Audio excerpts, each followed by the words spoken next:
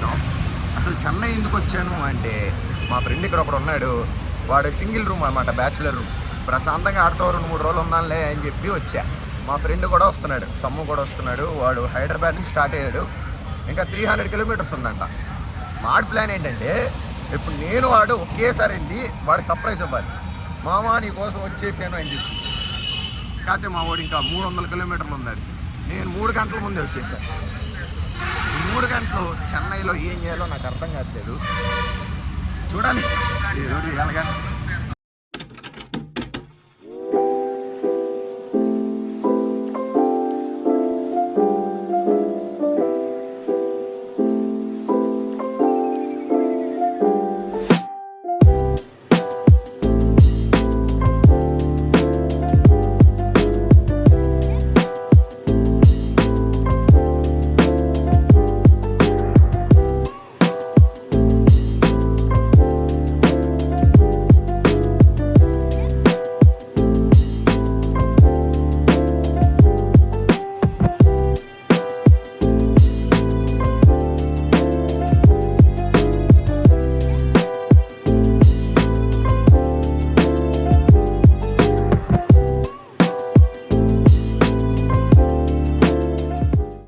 ఇంకా కరెక్ట్గా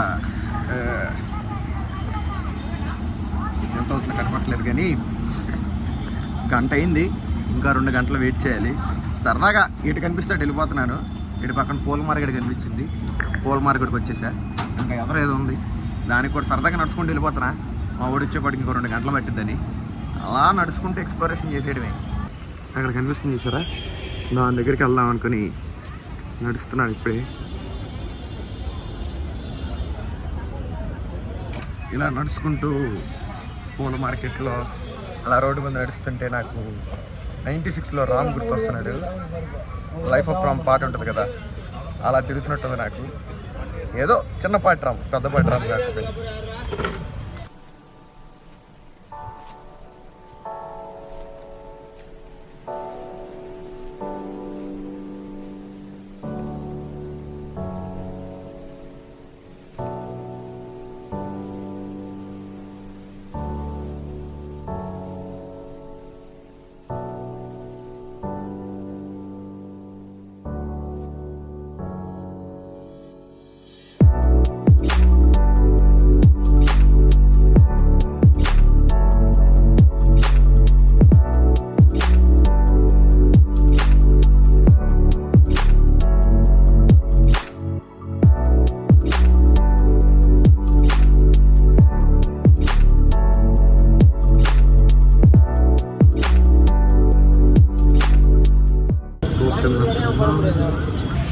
టేస్ట్ అయితే చాలా బాగుంది.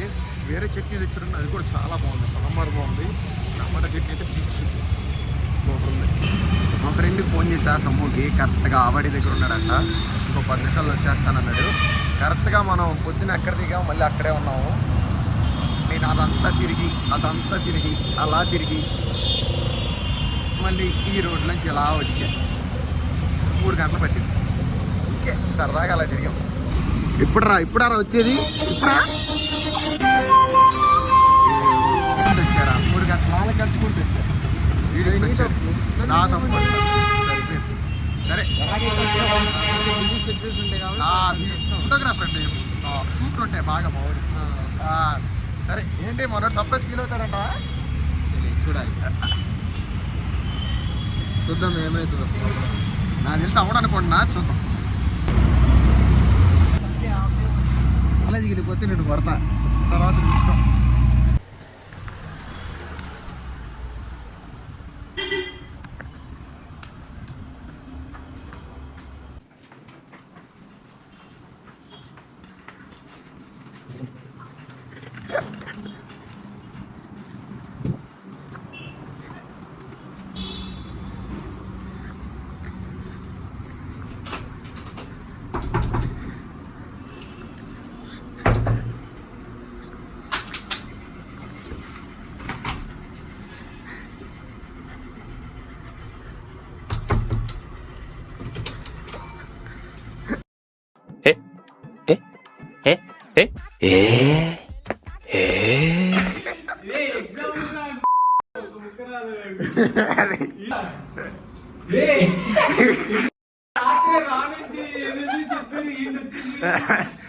మామూలుగా వచ్చావా ఏంటి రాకూడదు అంటున్నాడు ఫ్రెండ్స్.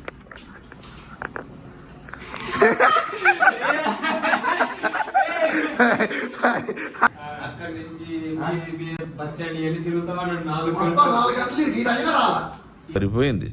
హీరో విలన్ కొట్టుకుని కమెడీని చంపేసినట్టు నా మీద పడతారేంటి వీళ్ళు?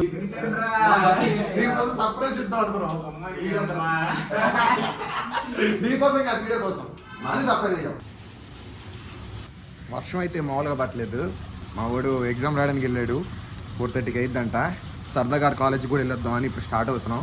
ఈ వర్షంలో గొడుగుంది, గొడుగు వేసుకుని వెళ్ళిపోవడమే. మా సమ్మోగాడు మరి బాగా అందంగా రెడీ అయ్యాడు. అన్నా అన్నా స్టైల్ అన్నా వాక్ అయ్యో అయ్యో అయ్యో ఊపిన అవ్వట్లేదేంట్రా. అలా నడుచుకుంటూ వెళ్ళిపో. వీడియో తెస్తాం కదా, అలా నడుచుకుంటూ వెళ్ళిపో. పోద్దంటావా గొడుగు? అన్నా అవన్నీ ఓడేస్తాడు. Sorry bro, పొరగట్టు. ఇంటికి తాళం వేయకుండా వెళ్ళిపోతున్నాం.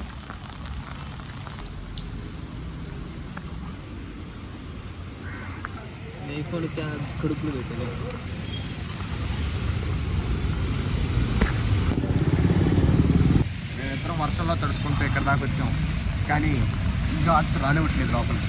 పాపం సమ్ము గడ మొత్తం తడిచిపోయాడు, నేను తడిచిపోయాను. ఇదేంటి ఎంతసేపు రాస్తున్నాడు ఎగ్జామ్, 1:30లో వచ్చేస్తానని చెప్పి.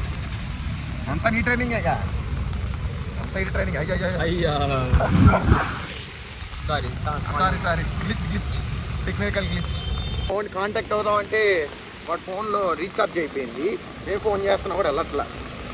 మేము ఇంకా రిటర్న్ అయిపోతున్నాం. పక్కనే అనమాట రూము, వాడు పక్కనే తీసుకున్నాడు రూమ్. ఇప్పుడు వెళ్దాం ఒక టాస్క్ వాన్లో. ఎగ్జామ్ ఎంతపట్లో రాసి వస్తానన్నారా? ఇప్పుడు అంతేంద్రా, బాగా చదువు ఎక్కువైపోయింది నీకు. మా సమ్ము గారు చూసా నీ వల్ల ఎట్లా తెలిసిపోయాడు, స్టైల్గా రెడీ వచ్చి.